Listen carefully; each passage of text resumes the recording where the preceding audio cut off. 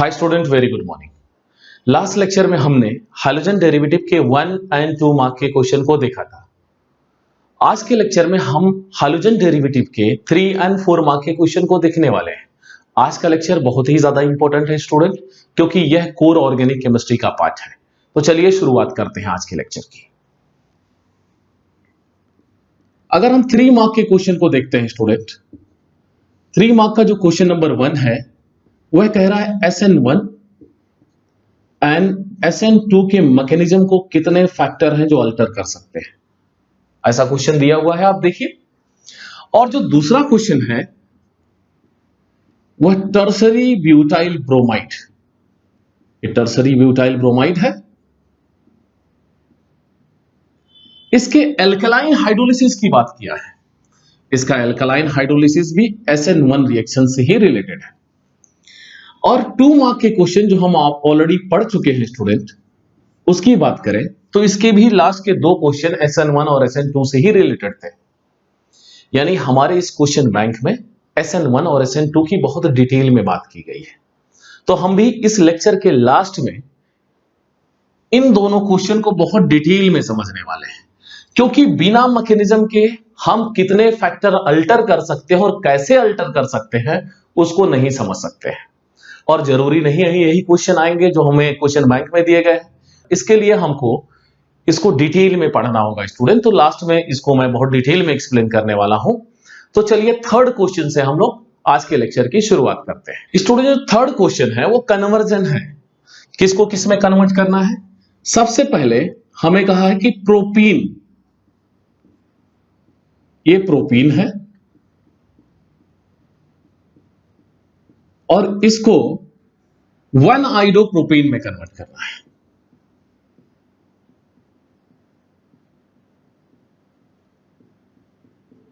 One आइडोप्रोपेन में convert करना है। और जो दूसरा कन्वर्जन है उसमें प्रोपीन को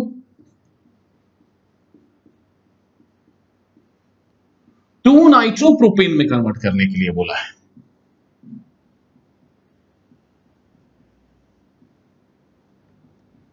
टू नाइट्रोप्रोपेन।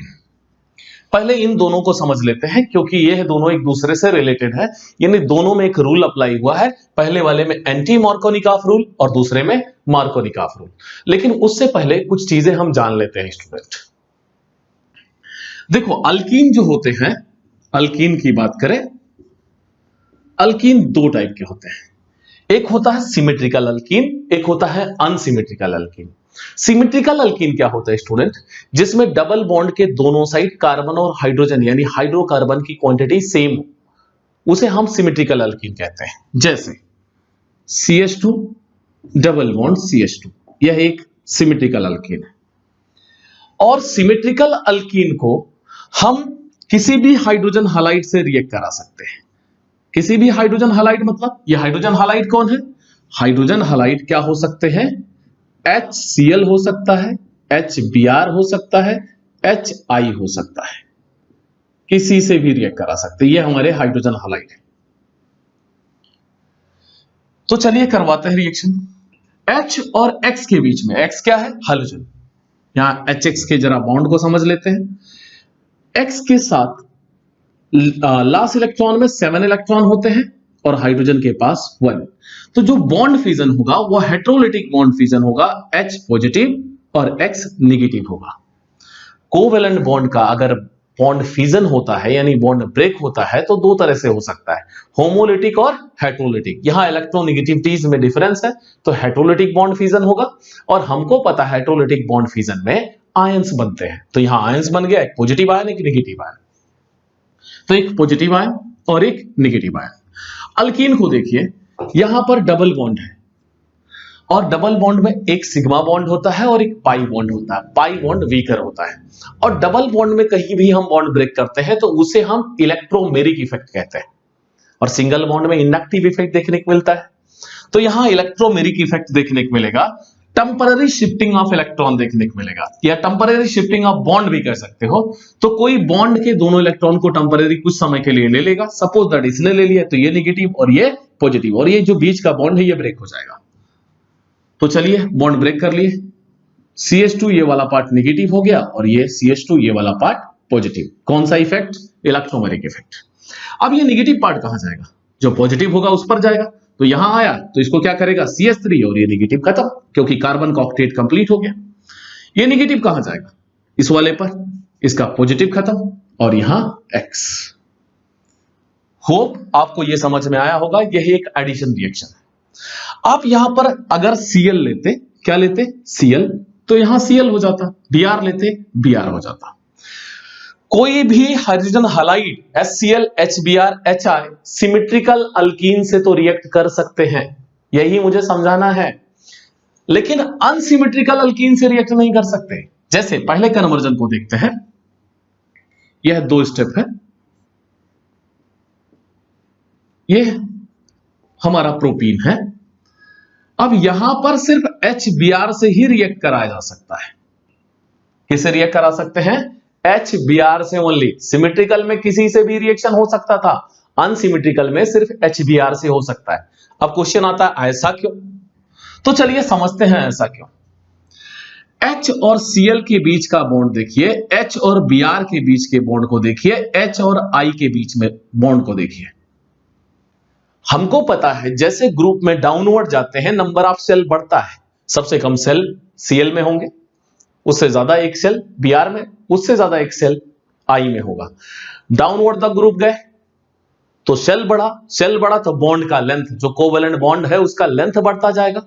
यानी HI में बॉन्ड लेंथ सबसे बड़ा है तो बॉन्ड एनर्जी सबसे कम लगेगी, बहुत आसानी से ब्रेक हो जाएगा। HCl में बॉन्ड लेंथ बहुत छोटा है और बॉन्ड एनर्जी बहुत ज्यादा लगती है, बॉन्ड तोड़ने के लिए एनर्जी बहुत ज्यादा लगती है। तो ये दोनों अप्रोप्रिएट नहीं है, सिर्फ HBr ही अप्रोप्रिएट है अनसिमेट्रिकल अल्कीन से रिएक्ट करने के लिए, क्योंकि अनसिमेट्रिकल अल्कीन से रिएक्ट करने के लिए जो बॉन्ड लेंथ और जो बॉन्ड एनर्जी चाहिए वो सिर्फ HBr दे पाता है। तो यहां पर H प्लस और Br माइनस। अब मार्कोनिकॉफ रूल कहता है कि ये नेगेटिव पार्ट उस कार्बन पर जाएगा जिसके पास लेस नंबर ऑफ हाइड्रोजन हो बिटवीन डबल बॉन्ड, यानी इस कार्बन पर आएगा। अगर इस कार्बन पर आ गया तो हमारा 2 ब्रोमो प्रोपेन बन जाएगा, लेकिन हमें 1 आइडोप्रोपेन बनाना है। यहां ध्यान से देखिए, 1 आइडोप्रोपेन बनाना, यानी Br डबल बॉन्ड के बिटवीन ऐसे कार्बन पर जाना चाहिए जिसके पास मोर नंबर ऑफ हाइड्रोजन हो।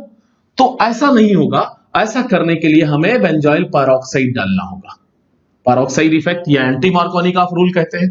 तो ये नेगेटिव पार्ट उस कार्बन पर गया जिसके पास मोर नंबर ऑफ हाइड्रोजन है, तो हाइड्रोजन यहां जाएगा। तो यह सबसे पहले 1 ब्रोमो प्रोपेन बना लिया, 1 ब्रोमो प्रोपेन। देखो यहां पर HI से रिएक्ट नहीं करा सकते थे, यहां 1 आइडोप्रोपेन 1 स्टेप में नहीं होगा। सबसे पहले हम एंटी मार्कोनिकॉफ रूल अप्लाई किए, उसके बाद देखो स्टूडेंट, यह जो 1 ब्रोमो प्रोपेन है, Br है, इसको हमें I बनाना है। क्या बनाना है? I। ऐसा कोई रिएक्शन है जो Br को I में कन्वर्ट कर दे? यस। हमको पता है हाइड्रोजन एक्सचेंज रिएक्शन होते हैं, और यह हाइड्रोजन एक्सचेंज रिएक्शन 2 टाइप के हैं, फिंकलिस्टीन एंड शॉर्ट्स। शॉर्ट में हम क्लोराइड और ब्रोमाइड को फ्लोराइड से रिप्लेस करते हैं, और फिंकलिस्टीन में हम क्लोरीन और ब्रोमीन यानी क्लोराइड और ब्रोमाइड को आयोडाइड से रिप्लेस करते हैं। तो क्या यूज करते हैं? Sodium iodide NaI in the presence of acetone. Hydrogen exchange हो जाएगा NaBr के साथ, यहां पर I चले जाएगा और यह बन जाएगा CH3 CH2 CH2I, 1 आइडोप्रोपेन plus NaBr। याद रखना, इतना ढेर सारा समझाने का एक ही पर्पस था कि डायरेक्ट यहां पर HI मत डाल देना, प्लीज हाथ जोड़ के रिक्वेस्ट है, डायरेक्ट HI मत डाल देना। कुछ लोग हैं जो कलाकार हैं वो कहेंगे यहां HI डाल दो। अरे मैंने पहले ही कह दिया, HCl, HBr, HI ये किससे रिएक्ट कर सकते हैं? सिमेट्रिकल अल्कीन से। अनसिमेट्रिकल अल्कीन में सिर्फ कौन जाएगा? HBr। तो होप ये बात आप अच्छे से समझ गए होंगे। पहला रिएक्शन में हम एंटी मार्कोनिकॉफ रूल देखे हैं, और दूसरे में हाइड्रोजन एक्सचेंज। यह 2 स्टेप के थ्रू हमने इसको कन्वर्ट किया, एंटी मार्कोनिकॉफ रूल लगा है। तो चलिए अब सेकेंड कन्वर्जन को हम समझते हैं स्टूडेंट। देखो यहां सेकेंड कन्वर्जन में नाइट्रो ग्रुप इंट्रोड्यूस किया गया है। क्या इंट्रोड्यूस किया गया है? नाइट्रो। अल्कीन का नाइट्रेशन भी नहीं होता है। क्या नहीं होता है? नाइट्रेशन। ऐसा नहीं कोई नाइट्रो ग्रुप वाला कंपाउंड हो ला के यहां नाइट्रेशन करा दो, नो, अल्कीन का नाइट्रेशन भी नहीं होता है स्टूडेंट। तो यह भी 2 स्टेप है। स्टेप 1 देखते हैं। स्टेप 1 वही अनसिमेट्रिकल अल्कीन, यह अनसिमेट्रिकल अल्कीन है। किससे रिएक्ट करेगा? HBr से। अब देखो पहले वाले में हमें जो हाइड्रोजन था वो कहां चाहिए था? फर्स्ट पे। यहां पर कहां है? देखो सेकंड पे। यानी यह नेगेटिव पार्ट डबल बॉन्ड के बिटवीन उस कार्बन पर जाना चाहिए जिसके पास लेस नंबर ऑफ हाइड्रोजन हो। ऐसा कुछ है? हाँ, एक रूल है, मार्कोनिकॉफ रूल। इसके पहले वाले में एंटी मार्कोनिकॉफ था, यहां मार्कोनिकॉफ है स्टूडेंट। तो चलिए मार्कोनिकॉफ रूल लगाते हैं। H यहां आ जाएगा डबल बॉन्ड के बीच में, पाई बॉन्ड जो बीच का है वो ब्रेक हो जाएगा। तो यह फॉर्म हुआ 2 ब्रोमोप्रोपेन। डायरेक्ट ऐसे किसी कंपाउंड से क्यों नहीं रिएक्ट करा दिया? नाइट्रेशन पॉसिबल नहीं है। चलिए स्टेप 2। स्टेप 2 में 2 ब्रोमोप्रोपेन का अब हम नाइट्रेशन कराएंगे।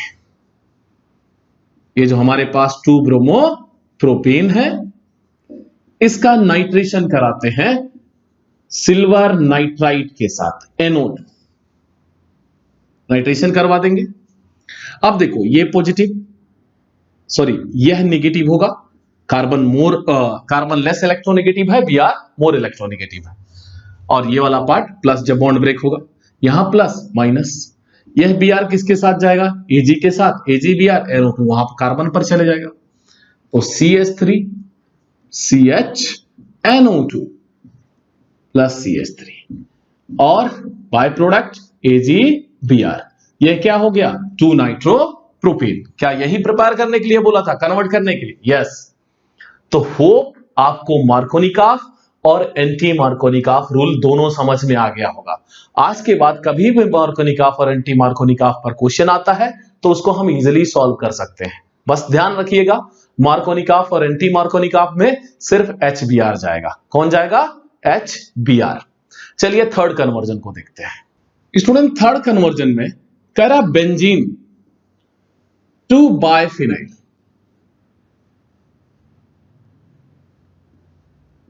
बेंजीन टू, ये बायफिनाइल है, इसमें कन्वर्ट करना है।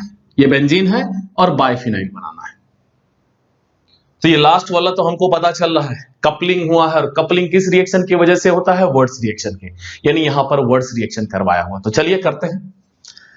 और वर्ड्स रिएक्शन बेंजीन का तो होता नहीं है, तो सबसे पहले स्टेप में हम लोग बेंजीन को क्लोरीन मॉलिक्यूल के साथ रिएक्ट कराएंगे in the presence of anhydrous AlCl3 Lewis acid. FeCl3 भी यूज कर सकते हैं। इसे हम क्या कहते हैं?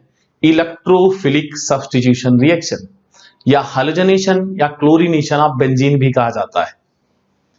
यहां H है, एक Cl के साथ HCl बना लेगा और यह हमारा बन गया क्लोरोबेंजीन।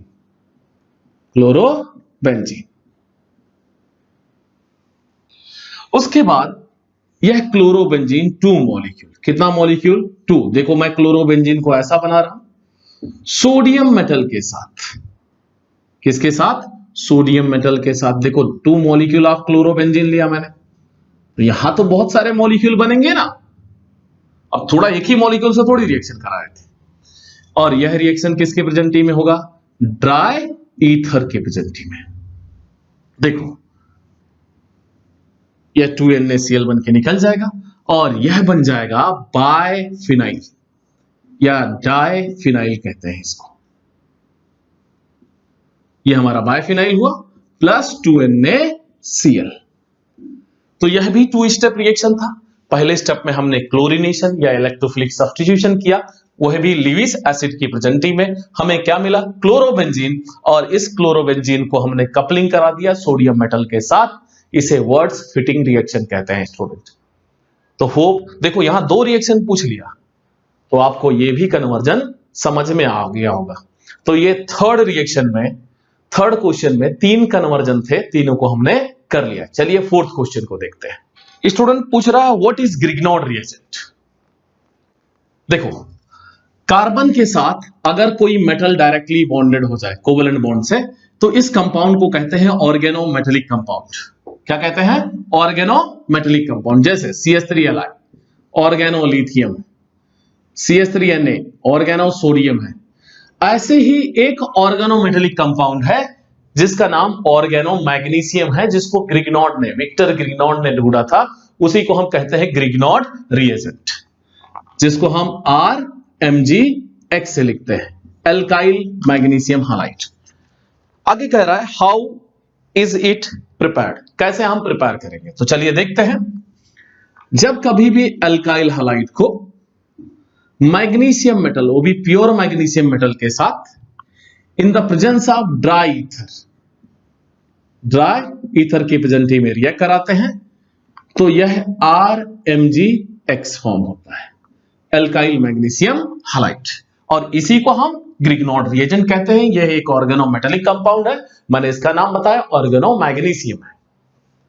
एग्जांपल देख लेते हैं एक, जैसे मिथाइल क्लोराइड अगर हम यहां पर ले लेते CH3Cl, Mg से रिएक्ट कराते in the presence of dry ether,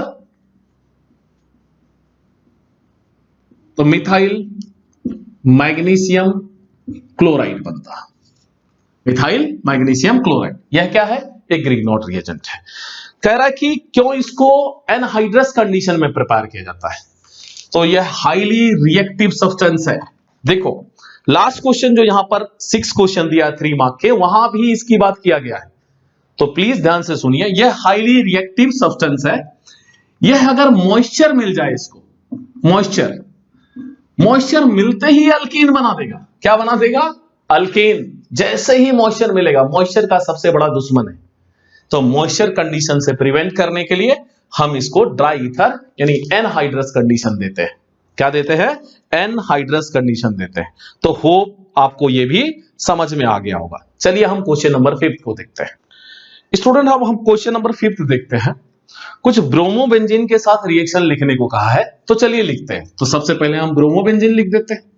यह हमारा ब्रोमोबेंजीन है। पहला रिएक्शन किसके साथ करने का है? ClCOCH3। इसका नाम है एसिटाइल क्लोराइड, जिसको एसाइल ग्रुप भी कहते हैं। और यह रिएक्शन होता है एनहाइड्रस AlCl3 के प्रेजेंटी में। इसे हम फ्रीडल क्राफ्ट एसाइलेशन कहते हैं। फ्रीडल और क्राफ्ट 2 अलग अलग लोग थे। आपके टीचर वाइवा में ऐसा आपसे पूछ सकते हैं। तो फ्रीडल और क्राफ्ट, टेंशन नहीं है, इस साल कुछ पढ़ाया नहीं तो पूछने वाले भी नहीं है, ठीक है। तो देखो बेंजीन के हर एक पोजीशन पे हाइड्रोजन है और हर पोजीशन पर जुड़ने के लिए एनर्जी लगती है। क्या लगती है? एनर्जी। यह रिएक्शन काइनेटिकली कंट्रोल्ड रिएक्शन होता है। जिस पोजीशन पर जुड़ने के लिए एनर्जी सबसे कम लगती है, वहां पर ज्यादा अमाउंट में जाके जुड़ जाता है, यानी प्रोडक्ट एक्सेस फॉर्म होता है। तो देखिए ऑर्थो पर जुड़ेगा, Br अपने पोजीशन पर ही रहेगा, यह हो जाएगा COCH3। यह पहला कंपाउंड बना ऑर्थो पर, और दूसरा पैरा पर जुड़ेगा। मेटा पर भी जुड़ता है, ऐसा नहीं है, लेकिन बहुत लीस्ट में। Para COCH3। और क्या यहां से रिमूव हुआ? इस पोजीशन से हाइड्रोजन, इस पोजीशन से हाइड्रोजन, 2 हाइड्रोजन रिमूव होंगे, यानी क्या हो गया? 2HCl। अब देखो ये 2 बन रहे हैं ना, तो हमको इसको 2 करना पड़ेगा, इसको भी 2 करना पड़ेगा। अब Br को अगर ढक ले तो यह एक कीटोन है, और इस कीटोन का नाम है एसिटोफिनोन। तो यहां से काउंट करेंगे 2 ब्रोमो एसिटोफिनोन। क्या फॉर्म हुआ? 2 ब्रोमो एसिटोफिनोन। और ये क्या फॉर्म हुआ स्टूडेंट? 4 ब्रोमो। यहां से काउंट करेंगे 1 2 3 4। इसका नाम है, खाली 2 को 4 कर दीजिए, 4 ब्रोमो एसिटोफिनोन। यह प्रोडक्ट एक्सेस फॉर्म होगा और यह प्रोडक्ट कम फॉर्म होगा मेटा में, और यह मेजर प्रोडक्ट होगा, यह माइनर प्रोडक्ट होगा। मेटा पर 2 to 3% ही फॉर्म होता है, इसलिए नहीं लिखा गया। यह लगभग 67 to 75% तक हमें मिलता है स्टूडेंट। तो पहला रिएक्शन फ्रीडल क्राफ्ट क्या था? एसाइलेशन। चलिए सेकेंड रिएक्शन को समझते हैं। सेकेंड कंडीशन कह रहा है कि ब्रोमोबेंजीन को फ्यूमिंग H2SO4 के साथ रिएक्ट करो। तो यह ब्रोमोबेंजीन है और इसको HSO3 के साथ रिएक्ट करने। देखो H2SO4 ही लिखा है, hot and concentrated sulphuric acid है ये। फ्यूमिंग है मतलब हीट किया है तभी तो यह है, भाप के फॉर्म में है, वेपर के फॉर्म में है। तो जो वेपर के फॉर्म में सल्फ्यूरिक एसिड होता है उसे हम ओलियम कहते हैं। क्या कहते हैं? ओलियम। यानी यह रिएक्शन ओलियम के साथ हो रहा है। सेम रिएक्शन होगा, यहां से H और OH H2O, एक पैरा पोजीशन से H2O, तो दो मॉलिक्यूल रिक्वायर होंगे, SO3H यानी HSO3। यह बेंजीन के साथ अगर SO3H को कहे तो बेंजीन सल्फोनिक एसिड है, तो यह 2 ब्रोमो बेंजीन सल्फोनिक एसिड होगा। और दूसरा वाला Br यहां पर आ जाएगा SO3H, 4 bromo benzene sulphonic acid और 2 H2O फॉर्म होगा।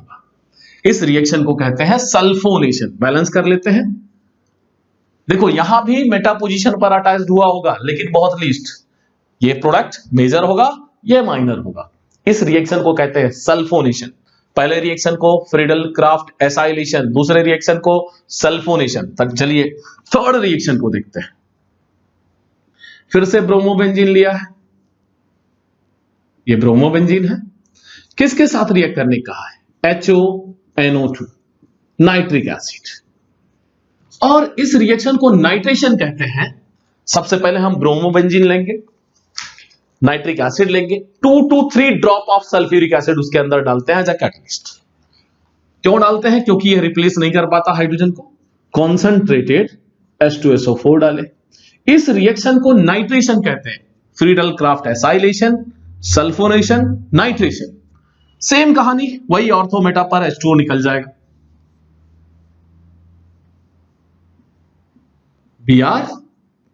BrNO2 और दूसरा फॉर्म होगा BrNO2 प्लस 2H2। इसको 2 कर देंगे, यह भी 2। तो होप आपको यह रिएक्शंस समझ में आ गए होंगे स्टूडेंट।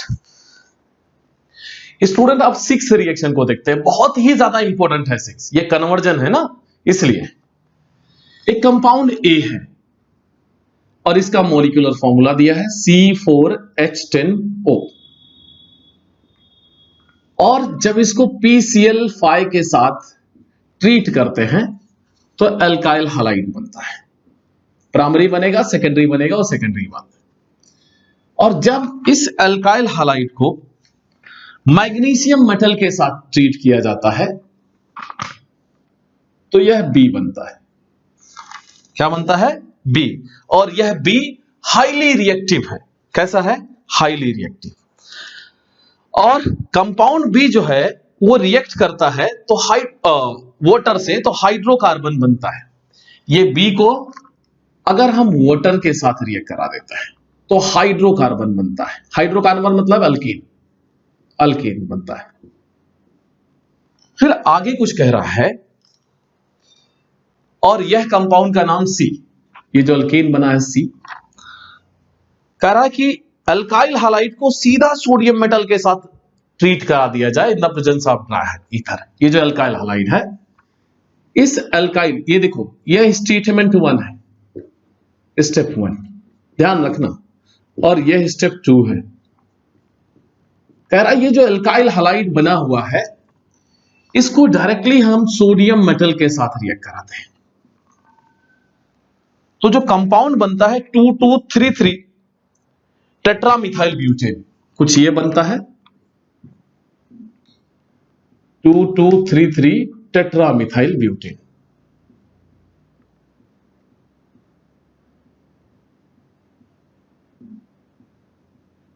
ये कंपाउंड बनता है। कह रहा है आइडेंटिफाई करो A और बी और सी, इन तीनों को आइडेंटिफाई करो। तो बहुत आसान है आइडेंटिफाई करना यार। कैसे आइडेंटिफाई करेंगे? नीचे से चालू करो, इसको दो पार्ट में तोड़ लिया, क्योंकि भाई ये सोडियम मेटल के साथ रिएक्शन हुआ है, यानी यहां वर्ड्स रिएक्शन हुआ है। ठीक है, वर्ड्स रिएक्शन हुआ है, आधा पार्ट हमने तोड़ लिया। अब बताओ, जब यहां पर ध्यान दो, कार्बन 4 है, हाइड्रोजन 10 है, कार्बन हाइड्रोजन कार्बन के डबल से 2 ज्यादा है, तो यह कंपाउंड या तो अल्कोहल होगा या तो ईथर होगा।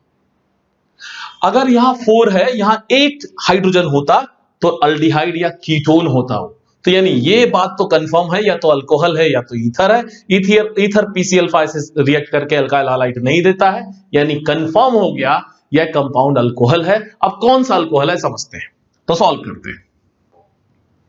देखो, यह कंपाउंड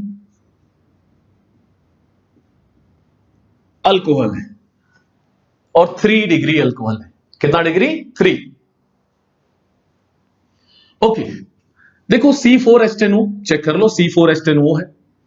फास्फोरस पेंटाक्लोराइड के साथ मैं रिएक्ट करा रहा हूं, PCl5 के साथ।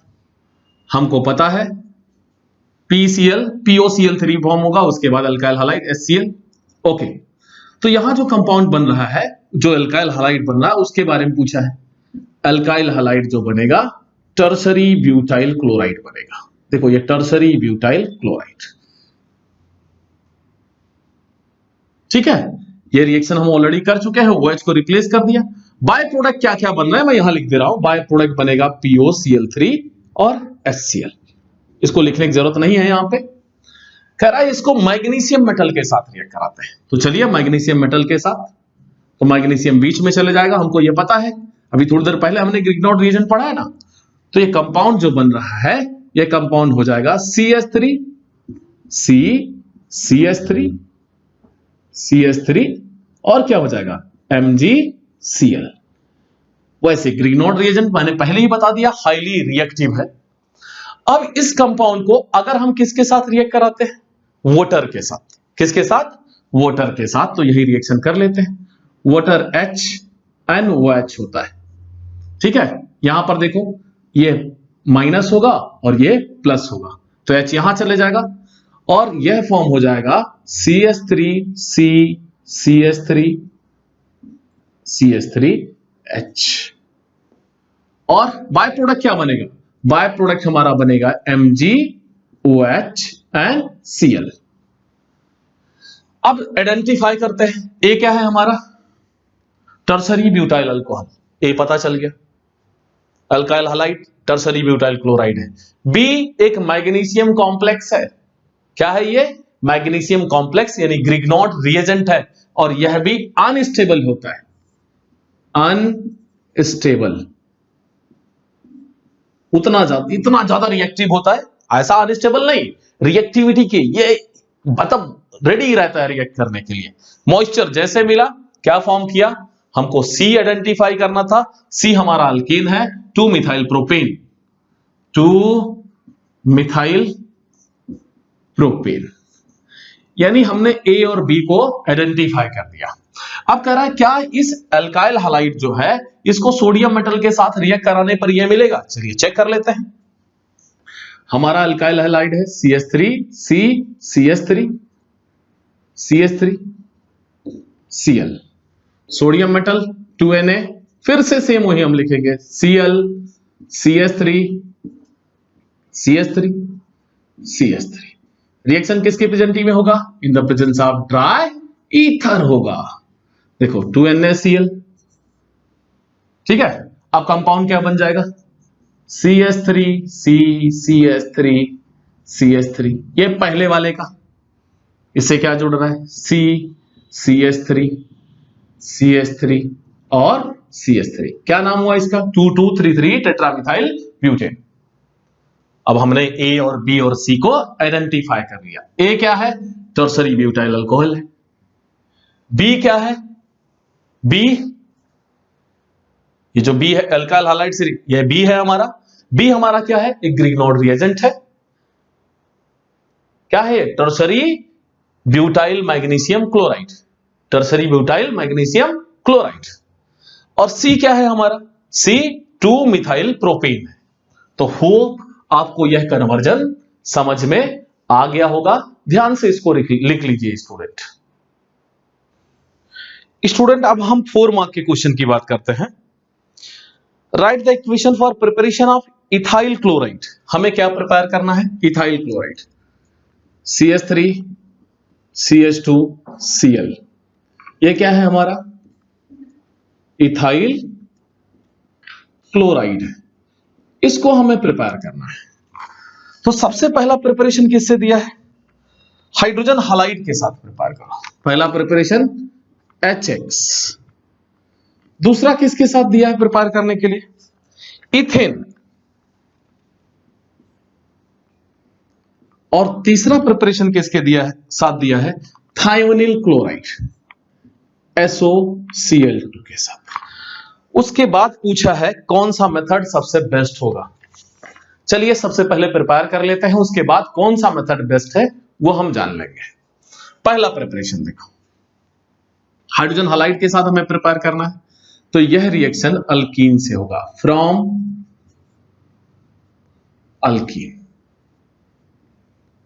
अभी सबसे पहला जो मैंने रिएक्शन स्टार्ट किया था, क्वेश्चन नंबर 3, मैंने बताया था जब कोई सिमेट्रिकल अल्कीन या अनसिमेट्रिकल अल्कीन हाइड्रोजन हालाइड के साथ रिएक्ट करे तो अल्काइल क्लोराइड बनता है। तो यहां इथीन है, इथाइल क्लोराइड है, तो हम इथीन ले लेंगे, CH2 डबल बॉन्ड CH2। इसके साथ हाइड्रोजन हालाइड में हमने HCl लिया क्योंकि क्लोराइड चाहिए, हीट किया, फिर वही कहानी, plus minus inductive electromeric effect देखने को मिलेगा। ये हो जाएगा CH3 CH2 Cl। पहला रिएक्शन हो गया। दूसरा रिएक्शन देखते हैं स्टूडेंट, इथेन के साथ,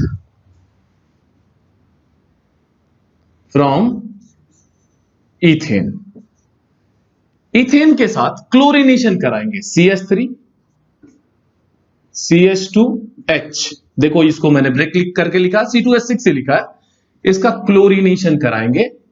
और क्लोरीनेशन अल्ट्रा वायलेट लाइट की प्रेजेंटी में होगा। किसकी प्रेजेंटी में, अल्ट्रा वायलेट लाइट। और यह HCl बना लेगा, यह हो जाएगा CH3 CH2 Cl plus HCl। यह दूसरा रिएक्शन हुआ। पहले में अल्कीन के साथ, दूसरा अल्कीन के साथ क्लोरीनेशन करा के, तीसरा जो दिया है student thionyl chloride SOCl2। Yes, इसको 2 बार हम पढ़ चुके हैं, हाइड्रोजन डेरिवेटिव में और अल्कोहल में भी। तो चलिए इथाइल अल्कोहल लेते हैं, CH3 CH2OH। ये हमारा इथाइल अल्कोहल है। अगर इसको SOCl2 के साथ रिएक्ट कराएं in the presence of pyridine और रिफ्लेक्सिंग कराते हैं, ओके, रिफ्लेक्सिंग तो पता नहीं होगा, लैब में करते हैं। चलिए क्या होता है, यहां से एक H और Cl HCl फॉर्म कर लेता है, SO और यहां का O SO2 sulphur dioxide gas बना लेता है। एक Cl बचा हुआ है स्टूडेंट, वो यहां पर जुड़ जाता है, OH के पोजीशन पर आ जाता है, तो क्या फॉर्म हो जाएगा, CH3 CH2 Cl। हमको पता है अल्कोहल से हम कई सारे तरीके से अल्काइल हलाइड बना सकते हैं। PCl3 के साथ रिएक्ट करा के, PCl5 के साथ रिएक्ट करा के, SOCl2 के साथ रिएक्ट करा के, और हाइड्रोजन हालाइड के साथ ZnCl2 लूकस रिएजेंट आपको पता होगा, उसके साथ रिएक्ट करके बना सकते हैं। कह रहा है इसमें सबसे बेस्ट कौन है, सबसे बेस्ट थर्ड वाला है, थायोनिल क्लोराइड के साथ वाला। क्यों सबसे बेस्ट है, सबसे ज्यादा प्रेफर किया जाता है, क्योंकि सल्फर डाइऑक्साइड गैस है, बाहर निकल जाएगी, इजिली स्केपेबल है, और यह भी इजिली स्केपेबल है, इसलिए यह थर्ड रिएक्शन ज्यादा प्रेफर किया जाता है। रीजन लिखना है आपको, यस, HCl-NSO2 को इजिली सेपरेट कर लिया जाता है, यानी इजिली स्केपेबल है। ठीक है स्टूडेंट, तो होप आपको यह समझ में आया होगा। चलिए नेक्स्ट क्वेश्चन देखते हैं। सेकेंड क्वेश्चन कह रहा है स्टूडेंट, व्हाट इज डीहाइड्रोहैलोजिनेशन, और कितने रूल हैं डीहाइड्रोहैलोजिनेशन को लेकर, उनको बताना है। तो डीहाइड्रोहैलोजिनेशन क्या है, जब कोई अल्काइल हलाइड, मान लो ये हमारा अल्काइल हलाइड है, ये प्रोपाइल ब्रोमाइड ले लिया, अल्कोहलिक KOH के साथ रिएक्ट करता है। किसके साथ? अल्कोहलिक। तो यहां पर जो OH माइनस होगा वह न्यूक्लियोफाइल नहीं, बेस की तरह एक्ट करता है, और जब बेस की तरह एक्ट करेगा तो उसको क्या चाहिए? H plus ion. तो यह हमारा फंक्शनल ग्रुप है। इस कार्बन को अल्फा, इस कार्बन को बीटा कहते हैं। तो बीटा कार्बन से हाइड्रोजन लेके हो जाएगा, तो क्या फॉर्म हो जाएगा? CH3CH double bond CH2, alkyne बनता है, KBr हो जाएगा और H2। इस रिएक्शन को डीहाइड्रोहाइलोजेनेशन कहते हैं, या इसको हम 1,2 एलिमिनेशन या बीटा एलिमिनेशन कहते हैं, क्योंकि बीटा से क्या गया? हाइड्रोजन। यह KBr, डीहाइड्रोहाइलोजेनेशन। इसमें दो रूल लगते हैं, एक सिट्ज़ेफ का और एक हॉफमैन का। दो रूल हैं इसके ऊपर, सिट्ज़ेफ एंड हॉफमैन। सिट्ज़ेफ कहते हैं मोस्ट सब्स्टिट्यूटेड अल्कीन बनेगा और उसे सिट्ज़ेफ प्रोडक्ट कहते हैं, और हॉफमैन कहते हैं लीस्ट सब्स्टिट्यूटेड अल्कीन बनेगा। तो जो नीचे दो क्वेश्चन दिए हैं उनके थ्रू हम उसको समझ लेते हैं।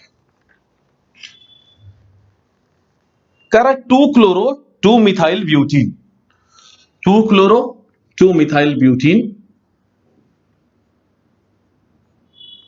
यह हमारा 2-क्लोरो 2-मिथाइल ब्यूटीन है। इसका हमें डीहाइड्रोहाइलोजेनेशन कराना है, तो मैंने कहा दो प्रोडक्ट बनेंगे, एक सिट्ज़ेफ के अकॉर्डिंग, एक हॉफमैन के अकॉर्डिंग। चलिए रिएक्ट कराते हैं। किससे? KOH, वो भी कौन सा? Alcoholic KOH। देखो यह फंक्शनल ग्रुप है, तो यह कार्बन हमारा अल्फा कार्बन होगा, फंक्शनल ग्रुप के जस्ट बगल वाला कार्बन अल्फा। यह बीटा होगा, यह बीटा होगा, यह बीटा होगा। हमारे पास बीटा कितने हैं? टोटल 3 है, बीटा 3 है। तो चलिए एक इसको हम बीटा ले लेते हैं, बीटा, एक इसको बीटा ले लेते हैं, चाहे ये चाहो तो ये ले लो। तो अगर हाइड्रोजन ऐसे बीटा कार्बन से निकल रहा है जिसके पास लेस नंबर ऑफ हाइड्रोजन हो, तो चलिए इससे निकाल के एक प्रोडक्ट बनाते हैं। तो ये हो जाएगा CH3, यहां पर C है और Br तो यहां से K के साथ चले जाएगा, तो C double bond CH bond CH3 और यहां पर CH3 है। यह एक प्रोडक्ट बनेगा। दूसरा प्रोडक्ट देखते हैं। देखो यह बीटा है तो यह भी तो बीटा है, इससे अगर हाइड्रोजन रिमूव होता यानी H प्लस आयन जाता तब क्या होता? तब CH2 double bond CH3 CH2 CH3 बनता। यह दूसरा प्रोडक्ट बन रहा है। अब इसमें कौन सा रूल अप्लाई हुआ है हमको यह समझना है। तो सबसे पहले डबल बॉन्ड को ऐसे राउंड कर लो दोनों में, हमने राउंड कर लिया। अब डबल बॉन्ड के आजू बाजू, डबल बॉन्ड भी एक फंक्शनल ग्रुप होता है, जो कार्बन है वो अल्फा कार्बन कहलाएंगे। तो देखो यहां एक अल्फा कार्बन है, यहां एक अल्फा कार्बन है, यहां अल्फा कार्बन है। तो अल्फा कार्बन के साथ जो हाइड्रोजन है अल्फा हाइड्रोजन है। तो टोटल इसमें कितने अल्फा हाइड्रोजन है? 9 अल्फा हाइड्रोजन है। चलिए इसमें चेक करते हैं कितने अल्फा हाइड्रोजन है। इसमें अल्फा हाइड्रोजन देखो ये हमारा अल्फा दोनों हो गए और ये तो बीटा होगा, तो यहां पर अल्फा हाइड्रोजन क्या है? 5। तो यहां पर मोर नंबर ऑफ अल्फा हाइड्रोजन है, यह सिट्ज़ेफ प्रोडक्ट है और यह हॉफमैन प्रोडक्ट है। इसे मोस्ट सब्स्टिट्यूटेड अल्कीन कहते हैं, इसे लीस्ट सब्स्टिट्यूटेड अल्कीन कहते हैं। स्टूडेंट कैसे चेक किया फिर से एक बार बता देता हूं। अब डबल बॉन्ड को राउंड कर लिए। देखो डबल बॉन्ड के जस्ट बगल में जो भी कार्बन है अल्फा है, यह भी अल्फा, ये भी अल्फा, ये भी, टोटल 9 हाइड्रोजन है इसमें, अल्फा हाइड्रोजन। क्या? अल्फा हाइड्रोजन इसके अंदर 9 है, इसके अंदर अल्फा हाइड्रोजन 5 है, क्योंकि ये वाला बीटा हो जाएगा। दूसरा जो रिएक्शन दिया है इसी का उसको भी समझ लेते हैं। दिया है 3 ब्रोमो 2,2 3 ट्राइमिथाइल पेंटेन।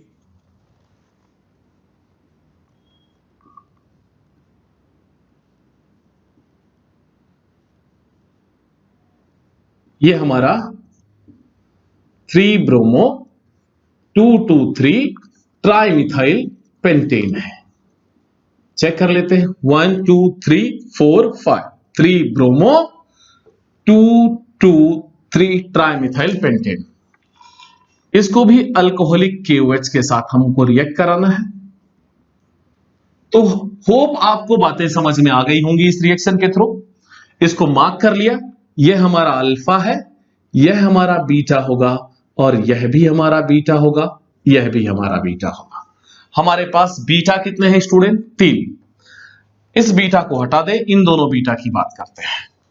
एक बार यहां से जा सकता है, एक बार यहां से। तो CH3, क्योंकि इसके पास तो हाइड्रोजन ही नहीं है ना, तो इससे तो नहीं लेंगे। CH3 C CH3 CH3। देखो यहां पर C CH3, यहां डबल बॉन्ड हो जाएगा और यह CH हो जाएगा और CH3। एक प्रोडक्ट ये बनेगा और दूसरा प्रोडक्ट जो बनेगा यहां पर बनेगा CH3 C CH3 CH3 C, यहां डबल बॉन्ड है, यह हो जाएगा CH2। देखो यहां से हाइड्रोजन निकाल रहा हूं मैं, यह होगा CH2 और CH3। अब आइडेंटिफाई करना है कौन सा मोस्ट सब्स्टिट्यूटेड अल्कीन है, कौन सा लीस्ट सब्स्टिट्यूटेड अल्कीन है। चेक करते हैं। डबल बॉन्ड को हम मार्क कर लिए, डबल बॉन्ड, ये कार्बन अल्फा है, ये कार्बन अल्फा है, ये कार्बन अल्फा है। तो देखो यहां तो हाइड्रोजन है ही नहीं है, यहां 3 और यहां भी 3, टोटल अल्फा हाइड्रोजन हमारे पास यहां पर कितने हैं? 6। इस वाले कंडीशन में इसको मार्क कर लेते हैं। ये कार्बन अल्फा है और सॉरी ये कार्बन भी अल्फा है, यस। तो यहां पर अल्फा, देखो ये दोनों अल्फा है, सिर्फ अल्फा हाइड्रोजन कितने मिल रहे हैं? 2। यहां पर अल्फा हाइड्रोजन कितने हैं स्टूडेंट? 2। तो यह लीस्ट सब्स्टिट्यूटेड अल्कीन है, यह मोस्ट सब्स्टिट्यूटेड अल्कीन है। तो होप आपको यह भी समझ में आ गया होगा। डीहाइड्रोहाइलोजेनेशन क्या होता है? डीहाइड्रोहाइलोजेनेशन को हम बीटा एलिमिनेशन कहते हैं। इस पर 2 रूल अप्लाई होता है, एक सिट्ज़ैक और एक हॉफमैन का स्टूडेंट। तो हमने ये अप्लाई करके आपको दिखा दिया। इसे हम सिट्ज़ैक प्रोडक्ट कहेंगे और इसको हॉफमैन प्रोडक्ट कहेंगे। चलिए लास्ट क्वेश्चन को देखते हैं स्टूडेंट। लास्ट क्वेश्चन को देखिए, यह ब्रोमोबेंजीन है और दूसरा दिया हुआ इथाइल ब्रोमाइड। इथाइल ब्रोमाइड यह हमारा फर्स्ट है और यह हमारा सेकंड। क्वेश्चन कह रहा है identify types of halides. Halide को यहां आइडेंटिफाई करना है। तो यह ओपन चेन हलाइड है, ठीक है, जिसको हम अल्काइल हलाइड कहते हैं। यह एक एल्काइल हलाइड है। और दूसरा क्या है? इसको हम एराइल कहते हैं, यह एराइल हलाइड है। तो पहला आंसर हमारा क्या है कि यह एराइल हलाइड है और यह अल्काइल हलाइड है। दूसरा, explain the nature of CBr bond in both of these halide. हमें CBr बॉन्ड को एक्सप्लेन करना है। और तीसरा देखो, कह रहा है कि एल्कलाइन हाइड्रोलिसिस में यह रेडिली जाता है और यह बहुत स्लो जाता है, क्यों? ठीक है, अब इसको आंसर हम करते हैं और इसके सपोर्ट में हमें कुछ लिखना है, उसी में हमें बॉन्ड समझ जाएगा। देखो, जब कभी हम इथाइल ब्रोमाइड को एल्काइन हाइड्रोलिसिस यानी KOH, वो भी कैसा? एक्वस हाइड्रोलिसिस कराते हैं, तो क्या होगा? KBr बन जाएगा और यह हो जाएगा CH3 CH2OH प्लस KBr। ध्यान से देख के बताओ, यहां पर इस OH को C और Br के बीच में कितना बॉन्ड था? 1 बॉन्ड था। C और Br के बीच के एक बॉन्ड को तोड़ना था। CBr के बीच में यहां पर 1 बॉन्ड है। दूसरा वाला देखो, अगर इसका एल्केलाइन हाइड्रोलिसिस करते हैं तो सबसे पहले यह समझ लो,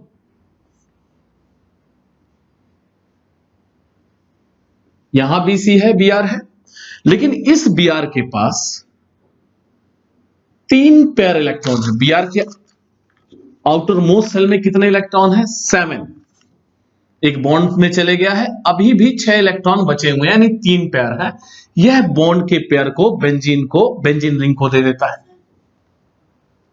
ठीक है, जिसकी वजह से यहां रेजोनेंस स्टार्ट हो जाता है। और रेजोनेंस की वजह से यहां पर देखो ध्यान से,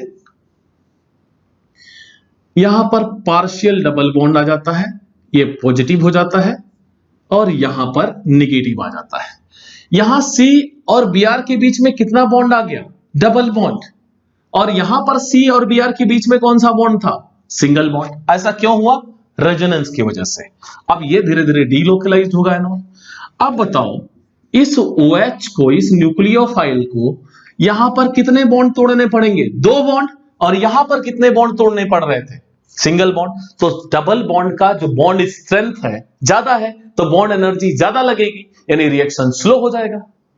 तो यही तो हमको क्वेश्चन किया है कि यह बहुत फास्ट जाता है, अल्काइल हैलाइड जो है वह फास्ट जाता है, एराइल हैलाइड स्लो जाता है। क्यों जाता है अल्कलाइन हाइड्रोलिसिस में? तो यहां पर बोलो CBr के बीच में सिंगल बॉन्ड होता है, यहां CBr के बीच में डबल बॉन्ड होता है, इसलिए एराइल हैलाइड का अल्कलाइन हाइड्रोलिसिस स्लो होता है स्टूडेंट। Reason resonance. तो ये सारे क्वेश्चंस का हमने आंसर कर दिया। अब हमने जो 3 मार्क के क्वेश्चन में SN1 और SN2 और उसके बाद alkaline hydrolysis of tertiary butyl bromide को छोड़ा था, चलिए उसको समझ लेते हैं। स्टूडेंट 3 मार्क का जो फर्स्ट क्वेश्चन था, फर्स्ट क्वेश्चन कह रहा था SN1 एंड SN2 मैकेनिज्म को कितने फैक्टर हैं जो अल्टर करते हैं। और जो सेकेंड क्वेश्चन है वो टर्शरी ब्यूटाइल ब्रोमाइड के एल्कलाइन हाइड्रोलिसिस की बात करने कह रहा है। तो उससे पहले हमें कुछ बेसिक कॉन्सेप्ट समझने होंगे, तभी हम आंसर कर सकते हैं इनको। SN1 और 2, S क्या है? सब्स्टिट्यूशन। N क्या है? न्यूक्लियोफाइल। Substitution of nucleophile. ये 1 क्या है? Order of the reaction. 1 क्या है? Order of reaction. Substitution of nucleophile, first का मतलब 1 order, that is unimolecular reaction. इसका मतलब क्या? रेट ऑफ रिएक्शन में सिर्फ एक ही रिएक्टेंट इन्वॉल्व है, यानी एक ही रिएक्टेंट रेट ऑफ रिएक्शन को स्लो और फास्ट कर सकता है, इसीलिए हम इसको यूनिमोलिक्यूलर कहते हैं। SN2 substitution of nucleophile. Nucleophile का यहां भी सब्स्टिट्यूशन हो रहा है, लेकिन कौन सा ऑर्डर है? सेकेंड ऑर्डर, यानी रेट ऑफ रिएक्शन में कितने रिएक्टेंट इन्वॉल्व है? 2 रिएक्टेंट, इसीलिए इसको हम SN2 रिएक्शन कहते हैं। अब हम समझते हैं न्यूक्लियोफाइल क्या होता है, क्योंकि न्यूक्लियोफाइल का सब्स्टिट्यूशन हो रहा है स्टूडेंट। तो चलिए देखते हैं। अगर A और B के बीच में एक बॉन्ड हो, कोवेलेंट बॉन्ड हो, और बॉन्ड ब्रेक हो रहा, तो मैंने पहले भी बताया इक्वल डिस्ट्रीब्यूशन हो सकता है।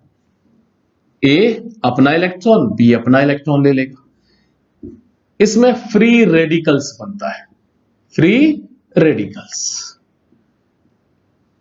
और इस बॉन्ड फ्यूजन को कहते हैं होमोलिटिक बॉन्ड फ्यूजन।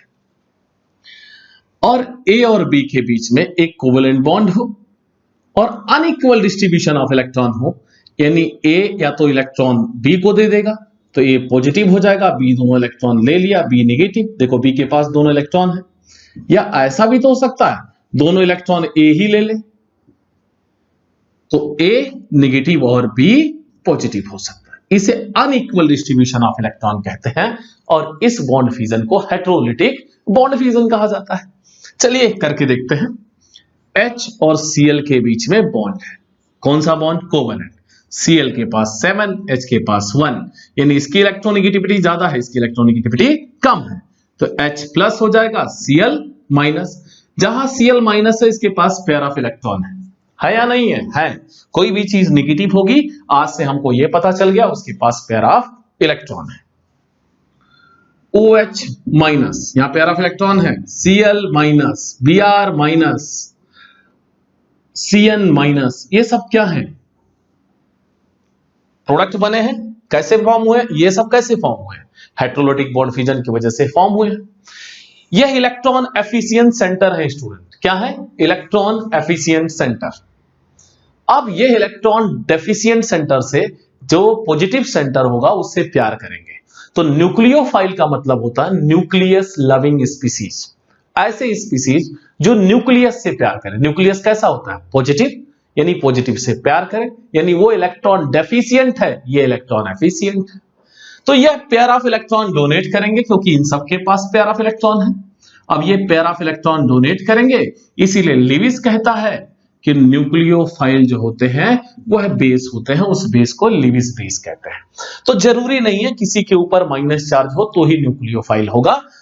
लिविस कहता है NH3 जैसा न्यूट्रल मॉलिक्यूल भी बेस हो सकता है और यह भी क्या है? एक न्यूक्लियोफाइल है। देखो इसके पास आउटर मोस्ट सेल में 5 इलेक्ट्रॉन था, 3 हाइड्रोजन के साथ चले गया, 2 बचा हुआ है ना, यह भी एक न्यूक्लियोफाइल है।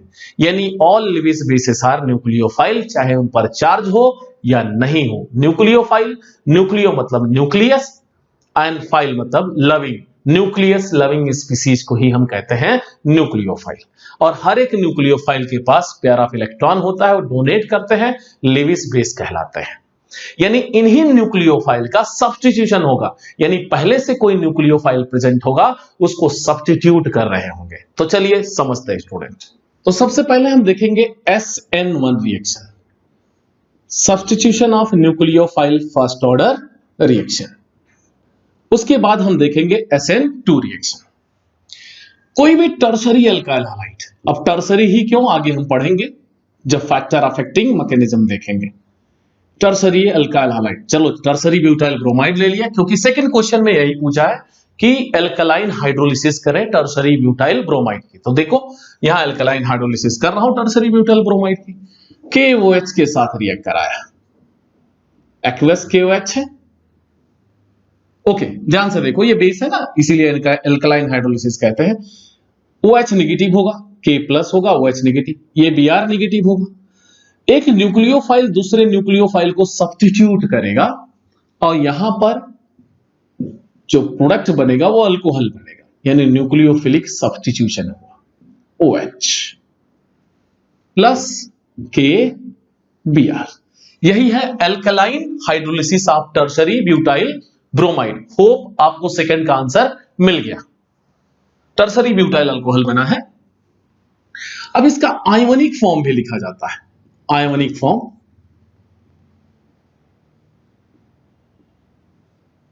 आयोनिक फॉर्म कैसे लिखते हैं? CH3 C CH3 CH3 Br, और यहां पर सिर्फ OH माइनस को लिखेंगे, यह हो जाएगा CH3 C CH3 CH3 और यहां पर फॉर्म हो जाएगा OH Br माइनस। तो स्टूडेंट दो वर्ड याद रखो क्योंकि मैकेनिज्म जब हम समझेंगे और उसके बाद फैक्टर अफेक्टिंग मैकेनिज्म समझेंगे तो दो वर्ड आएगा। यह रिएजेंट है।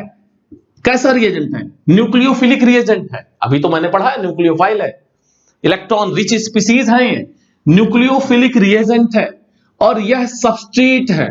तो यह सबस्ट्रेट और ये रिएजेंट, यानी इस रिएक्शन में दो चीज हैं, सबस्ट्रेट और रिएजेंट।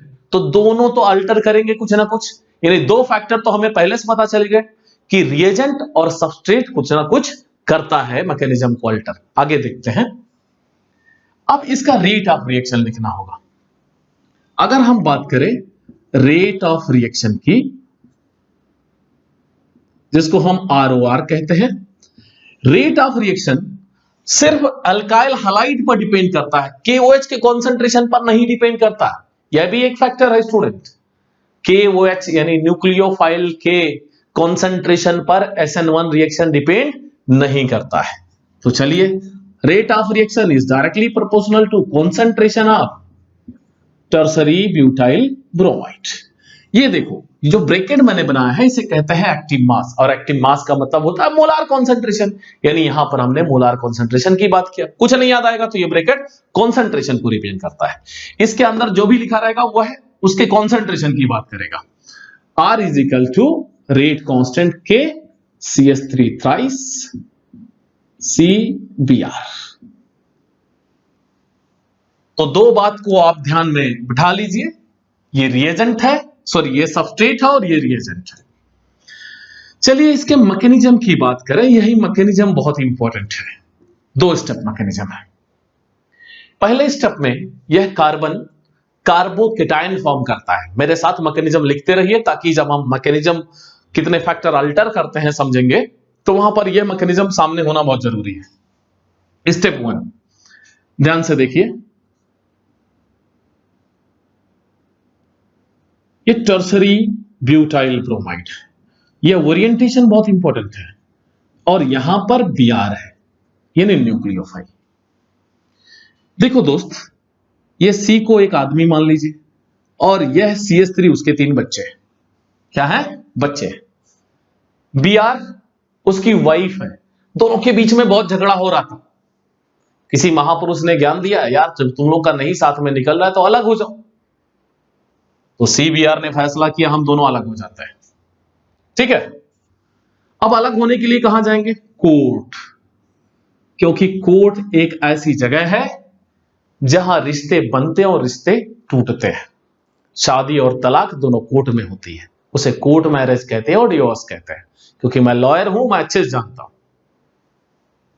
और उस कोर्ट का नाम है फैमिली कोर्ट। आगे आप लोग को शायद जरूरत रहे तो इसलिए सुन लो, फैमिली कोर्ट कहते हैं। क्या कहते हैं? Family court. ये तो ज्यादा जरूरी है इस मैकेनिज्म से ज्यादा, आगे लाइफ में यूजफुल है। और आप लोग को जरूरत लगेगी तो मुझे कॉल कर लेना, नंबर दिया हुआ है, आप लोग का हेल्प कर दूंगा मैं। चलिए यहां देखते हैं। ऐसा जस्ट किडिंग, मजाक कर रहा हूं मैं। ऐसे गलत कामों में मैं साथ नहीं देता हूं स्टूडेंट।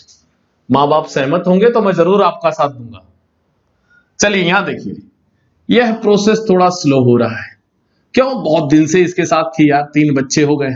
स्लो कहां गए? कोर्ट। कोर्ट को हम यहां पर क्या कहेंगे? Transition state. जहां बॉन्ड एक्टिवेट और डीएक्टिवेट होते हैं उसे हम ट्रांजिशन स्टेट कहते हैं। तो यहां बॉन्ड एक्टिवेट और डीएक्टिवेट होगी। बच्चे लोग खुश हो गए, जा रही है मम्मी।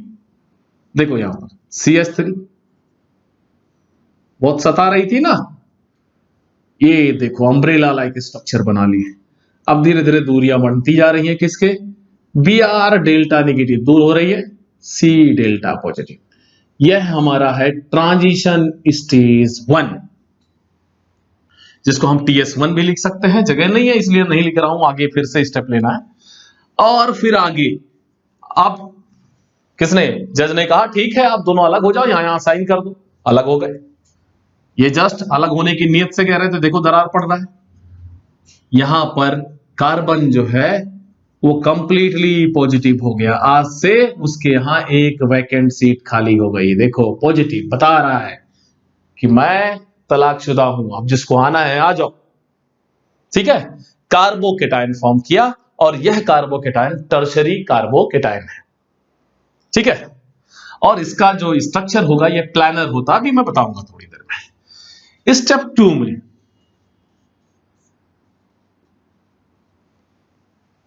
OH इसी फिराक में बैठी थी, OH इसी फिराक में बैठी थी कि कब Br जाए मैं जाके जुड़ू।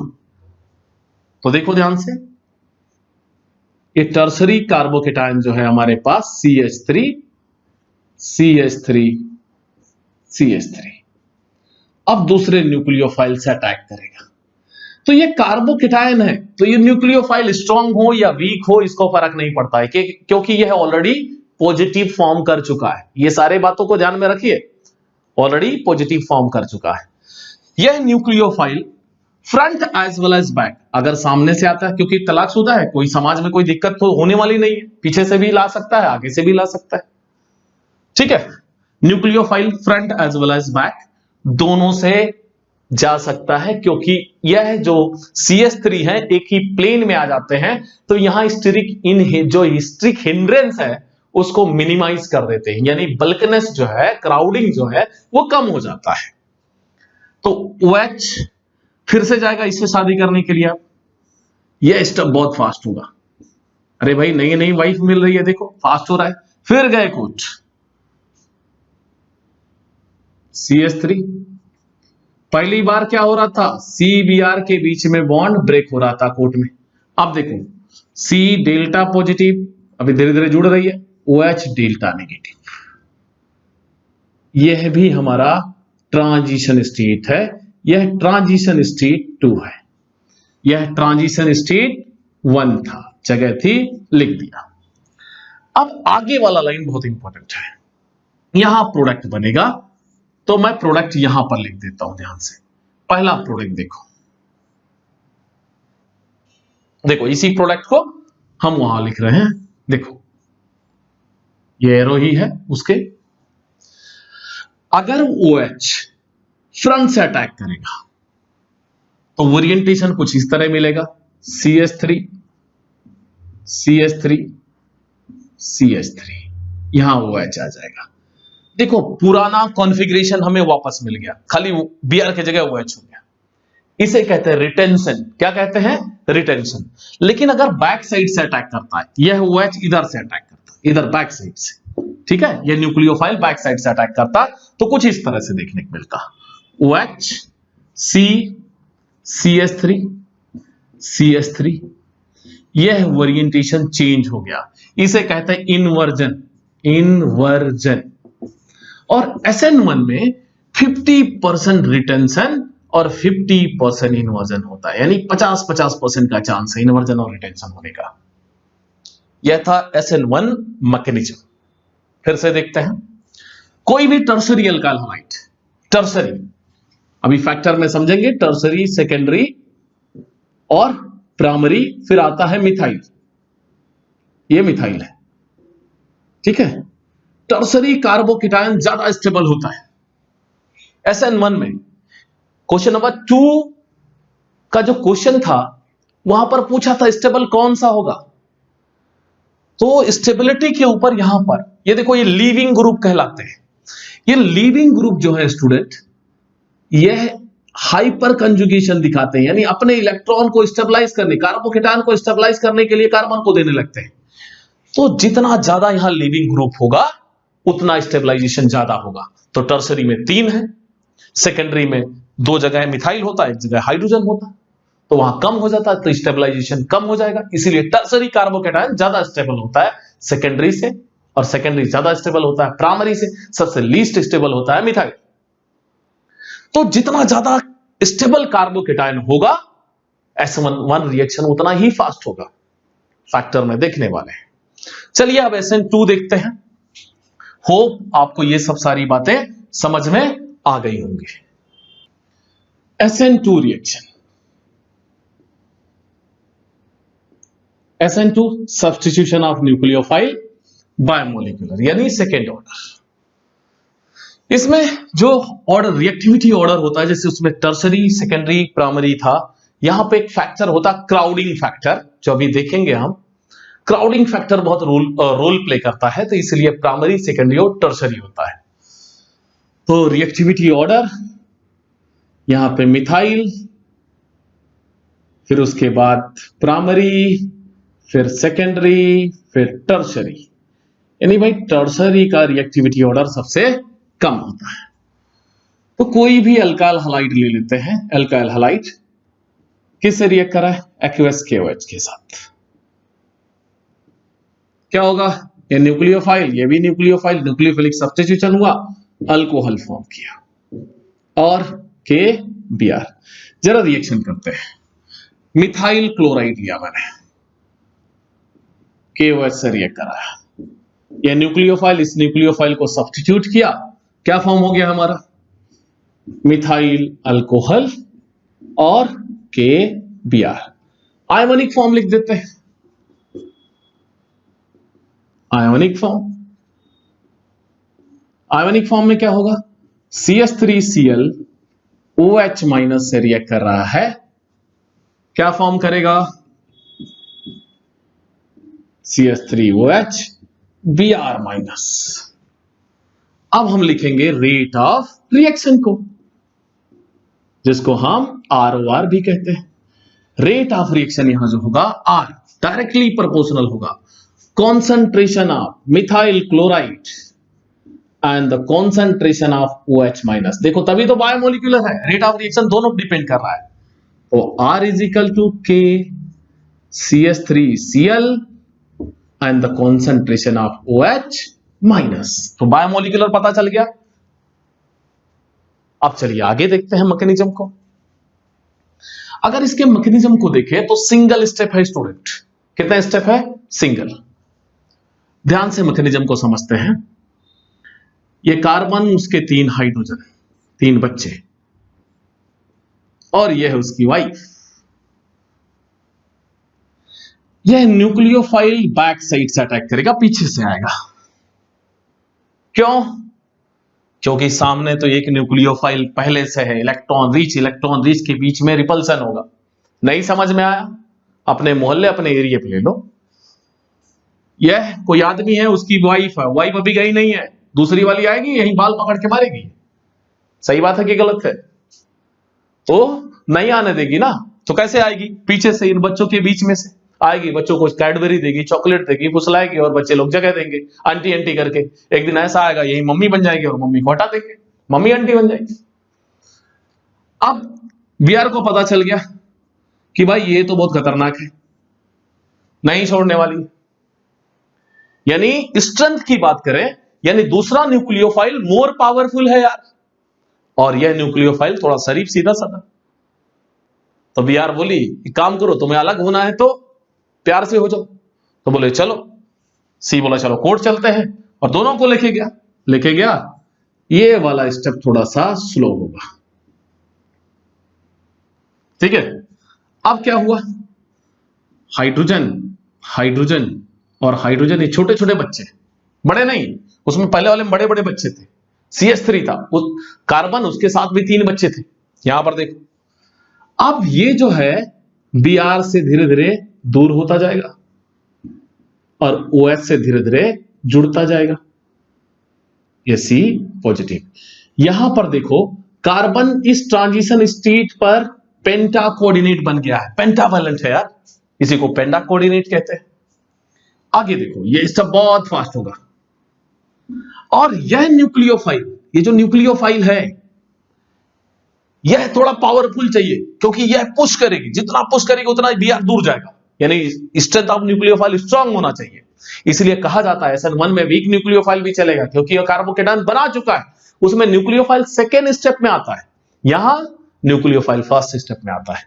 तो देखिए यहां पर अब क्या होगा, OH आके जुड़ गया, Br यहां से अलग। देखो पूरा कॉन्फ़िगरेशन उल्टा हो गया, यानी यहां 100% क्या हुआ, इनवर्जन। कितने परसेंट? 100% इनवर्जन हुआ स्टूडेंट, यानी न्यू कॉन्फ़िगरेशन मिलता है। तो होप आपको इतना सब समझ में आ गया होगा। चलिए अब हम फैक्टर की बात कर लेते हैं, और यही हमारा लास्ट होगा। तो स्टूडेंट टोटल 3 फैक्टर होते हैं जो इफेक्ट डालते हैं। चलिए फैक्टर देखते हैं। पहला फैक्टर जैसा कि हमने बताया था, सबस्ट्रेट, और जो दूसरा फैक्टर होता है वो खुद न्यूक्लियोफाइल, और तीसरा फैक्टर होता है सॉल्वेंट। ये 3 फैक्टर है जो अल्टर कर सकते हैं। अब बारी बारी इन तीनों को हम समझ लेते हैं। सबसे पहला सबस्ट्रेट। सबस्ट्रेट मतलब वह एल्काइल हलाइड। अब हम इसका SN1 में और SN2 में बात करेंगे। सबसे पहले SN1 में सबस्ट्रेट का क्या रोल है। तो SN1 में जैसा कि मैंने कहा, कार्बन जो है कार्बोकेटायन फॉर्म करता है, और यह कार्बोकेटायन क्या होना चाहता है, स्टेबल। और स्टेबल होने के लिए इसको क्या चाहिए, यहां पर लीविंग ग्रुप चाहिए। क्या चाहिए? लीविंग ग्रुप, जो हाइपर कंजुगेशन के जरिए इनको इलेक्ट्रॉन दे सके, यानी प्लस आई इफेक्ट दिखाए, यानी इलेक्ट्रॉन दे। यह अपने इलेक्ट्रॉन जो है ये किसको देंगे, कार्बन को, काहे के लिए? स्टेबलाइज करने के लिए, यानी उतना ज्यादा स्टेबल कार्बोकेटायन बने, यानी टर्शरी होना चाहिए। जैसे एक कम है तो उतना ज्यादा स्टेबलाइज नहीं होगा, ये सेकेंडरी है, प्राइमरी होगा तो एक और कम हो जाएगा, यानी स्टेबलाइजेशन कम होता जाएगा, यानी कार्बोकेटायन उतना ज्यादा स्टेबल नहीं होगा। यानी हमको एकदम माइंड में क्लियर हो जाना चाहिए कि कार्बोकेटायन जितना ज्यादा स्टेबल होगा SN1 रिएक्शन उतना ज्यादा फास्ट होगा। टर्सरी में कार्बोकेटायन ज्यादा स्टेबल होते हैं। अब यही SN2 में बात करें, SN2 में ट्रांजिशन स्टेट में कार्बन जो है पेंटावैलेंट हो जाता है। अब यहां पर अगर टर्सरी हो जाए, यहां CH3 हो जाए, देखो यहां CH3, यहां CH3, यहां CH3, तो देखो बच्चे बड़े हो गए, अब दूसरी वाले को आने के लिए रोकेंगे ये लोग। क्राउडिंग फैक्टर क्या हो गया? क्राउडिंग फैक्टर बढ़ गया, क्राउड बढ़ गया। अब क्राउड बढ़ गया तो आने के लिए इस न्यू न्यूक्लियोफाइल को क्या करेंगे? अपोज करेंगे। तो जितना कम क्राउड होगा उतना आसानी से दूसरा न्यूक्लियोफाइल आ सकता है। तो सबसे कम क्राउड किस में होता है? मिथाइल में, उसके बाद प्राइमरी में, फिर सेकेंडरी में, फिर टर्सरी में। अब कहोगे सर SN1 में भी तो कार्बन जो है वो 3 उसके मिथाइल ग्रुप से जुड़ा होता है। हाँ जी हाँ, जुड़ा होता है, लेकिन मैंने कहा था वो प्लानर स्ट्रक्चर फॉर्म करता है। प्लानर स्ट्रक्चर की वजह से वह अपने स्ट्रिक हिंड्रेंस को मिनिमाइज कर लेता है, यानी क्राउडिंग फैक्टर को मिनिमाइज कर लेता है। एक ही प्लेन में आ जाते हैं, इसलिए nucleophile front as well as back दोनों साइड से अटैक कर सकता है। समझ में आया? कार्बोकेटायन फॉर्म होने की वजह से यह सब होता है, जबकि यह कार्बोकेटायन ऐसा नहीं फॉर्म करता है। तो होप आपको SN1 और SN2 में सबट्रेट का क्या रोल है ये समझ में आ गया होगा। SN1 में टर्सरी, सेकेंडरी, प्राइमरी और मिथाइल होता है। टर्सरी ज्यादा स्टेबल कार्बोकेटायन फॉर्म करते हैं, सेकेंडरी कम, प्राइमरी और कम। दूसरा है न्यूक्लियोफाइल। न्यूक्लियोफाइल जैसे OH माइनस, Br माइनस। देखो SN1 की बात करें, SN1 में न्यूक्लियोफाइल कहां चाहिए उसको? सेकेंड स्टेप में, यानी जब कार्बोकेटायन फॉर्म हो जाए तो उसको वीक या स्ट्रांग उससे फर्क नहीं पड़ता है, वीक न्यूक्लियोफाइल के साथ भी वह रिएक्ट कर लेता है। यानी SN1 में ये कार्बोकेटायन जब सेकेंड स्टेप में न्यूक्लियोफाइल से रिएक्ट करेगा तो वीक भी रहेगा तो भी चलता है। लेकिन SN2 में यह न्यूक्लियोफाइल पहले वाले न्यूक्लियोफाइल से ज्यादा स्ट्रेंथ वाला होना चाहिए, तो ही उसको पुश कर सकती है। क्या कर सकती है? पुश। तभी तो Br अलग होगा जब OH ज्यादा स्ट्रेंथ वाला होगा। यानी SN2 में जो न्यूक्लियोफाइल होना चाहिए वह ज्यादा स्ट्रेंथ का होना चाहिए, और सबसे ज्यादा स्ट्रेंथ का न्यूक्लियोफाइल Cn- साइनाइड आयन होता है। तो फिर से रिकॉल करा देता हूं, SN1 में वीक न्यूक्लियोफाइल रिएक्ट कर सकता है, जबकि SN2 में वीक न्यूक्लियोफाइल रिएक्ट नहीं कर सकता। होप ये बात आपको समझ में आ गई होगी। Third step, solvent. सॉल्वेंट दो टाइप के होते हैं, एक होता है पोलर और दूसरा होता है non polar. Non polar, polar क्या होता है? जिसमें डायपोल हो उसको हम पोलर कहते हैं, जिसमें डायपोल नहीं हो उसको नॉन पोलर कहते हैं। अब पोलर में भी दो टाइप का होता है, एक होता है प्रोटिक पोलर और एक होता है अप्रोटिक पोलर। जो प्रोटॉन यानी H+ आयन डोनेट करने की कैपेसिटी रखे उसे हम कहते हैं protic solvent. Protic polar solvent पूरा नाम होता है। जैसे H2, HOH, H+ होगा, OH- जब बॉन्ड ब्रेक होगा तो यह H+ प्रोटॉन कहलाता प्रोटिक सॉल्वेंट। पोलर होते हुए भी प्रोटॉन नहीं डोनेट करे उसे हम कहते हैं अप्रोटिक सॉल्वेंट। जैसे O, CH2, CH3, CH2, CH3, di ethyl ether. देखो ये delta negative, delta positive, delta positive. यह भी पोलर है, देखो ये भी पोलर था ना, डेल्टा पॉजिटिव, डेल्टा नेगेटिव। यह भी पोलर था, यह भी पोलर है। यह दोनों पोलर सॉल्वेंट है, लेकिन यह पोलर प्रोटिक सॉल्वेंट है, यह पोलर अप्रोटिक सॉल्वेंट है। देखो SN1 में अगर हम बात करें स्टूडेंट, SN1 जब हमने देखा था तो न्यूक्लियोफाइल, जो न्यूक्लियोफाइल था, जैसे आपने देखा था कि ये CH3, CH3, CH3, मान लो यहां पर एक न्यूक्लियोफाइल Br है। अभी Br delta minus C delta क्योंकि इलेक्ट्रोनेगेटिविटी इसमें डिफरेंस है। नया न्यूक्लियोफाइल OH माइनस आएगा तो यह Br जाएगा यहां से, तो Br जाएगा, तो Br को सॉल्वेट करने के लिए हमें ऐसा सॉल्वेंट चाहिए जो उसको कंबाइन कर ले, तो पोलर प्रोटिक सॉल्वेंट चाहिए। तो यह पोलर प्रोटिक सॉल्वेंट इसको क्या करेगा, सॉल्वेट कर लेगा, यानी ट्रैप कर लेगा, इसके वजह से दूसरा न्यूक्लियोफाइल अटैक कर पाएगा। लेकिन अगर पोलर प्रोटिक सॉल्वेंट हम SN2 में डालते हैं तो ये जो न्यूक्लियोफाइल है, इसको तो पहले स्टेप में ही न्यूक्लियोफाइल चाहिए ना, देखो पहले स्टेप में न्यूक्लियोफाइल चाहिए, इसको अगर पोलर प्रोटिक सॉल्वेंट ट्रैप कर लेगा तो रिएक्शन होगा ही नहीं। यानी SN2 में हमें कैसा चाहिए, पोलर अप्रोटिक सॉल्वेंट चाहिए, और SN1 में पोलर प्रोटिक सॉल्वेंट चाहिए। तो ये तीन फैक्टर थे बेसिक जो SN1 और SN2 मैकेनिज्म को अल्टर करते हैं। Thank you student, bye, take care.